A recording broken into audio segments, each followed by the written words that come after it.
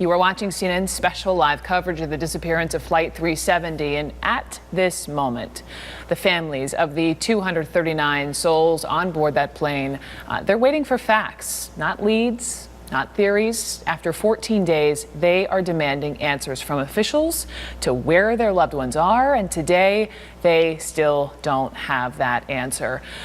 Look at these pictures. I mean, you don't even have to speak the language. We can show you still pictures, and this translates, because this is what these unanswered questions are doing to them emotionally each and every day. The anguish on their faces. Oof. Just a short time ago, one father told us he can't sleep each night. I can't sleep each night because all I think about is my son. Up until now, what else can we do? This is about his flight. There is nothing you can do to help. We can only wait for further updates.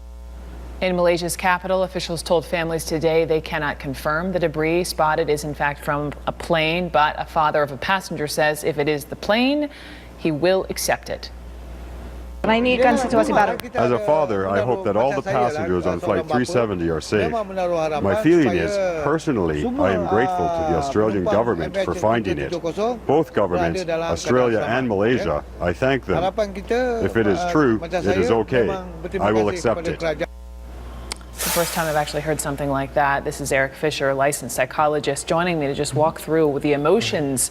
And that was the first time. Most of the time I've heard from passengers, family members who have said they don't want this to be from the plane. They don't want to believe that their loved ones aren't alive somewhere. So it's this mixed bag, is it not? It is. And I think we have the feelings that many of us want to show on the surface, our ideal self, and we have our real self and our feel self. Sure. So even in these situations, you have some families say, I want them to be alive, but somewhere inside they have to also want some closure. And that's the hard part, is the guilt that can go on in terms of looking out for yourself and wanting closure, and the pain that you feel and the fear you feel for someone you love potentially being in a perilous situation or being dead.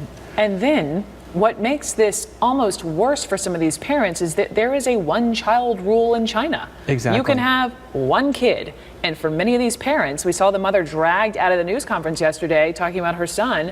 That's her only son. Exactly. And the other issue too with that is there are people in China, women in China, who have more than one child, but they can only keep one. So if you lose your son and you had given your other children away, or other things that happen to those children that you don't have them, how devastating it is to relive another loss. You had already dealt with one loss, and now this becomes very real again, multiplied, revisiting. And then there's the issue of you just don't know. Right. I mean, I'm losing track of the days, 14, 15, and how do you start the grieving process? Do you allow yourself to begin that, even though you don't know definitely what happened to your son, daughter, aunt, uncle? How would you advise one to cope? They're grieving already. You know, there's a grief process they're going through this. What's added to it is a feeling of helplessness, of hopelessness, of powerlessness, betrayal, mistrust, fear. Anger. And anger comes up to protect us. The anger, the rage, the emotions they're expressing are so powerful, are there to protect because they want to protect their loved one, and that their loved one might not be getting the attention that they need, as well as protecting themselves in their feeling of helplessness. So emotionally, it's an extremely overwhelming situation. Very little sleep many of these people are getting. They don't trust the people around them that are supposed to be giving the information, and they're out of their element. They're not home. Many of them have come from China to a strange country. You know, it's granted it's in the region, but it's still not home. It's not home. And that makes it that much more stressful for everybody.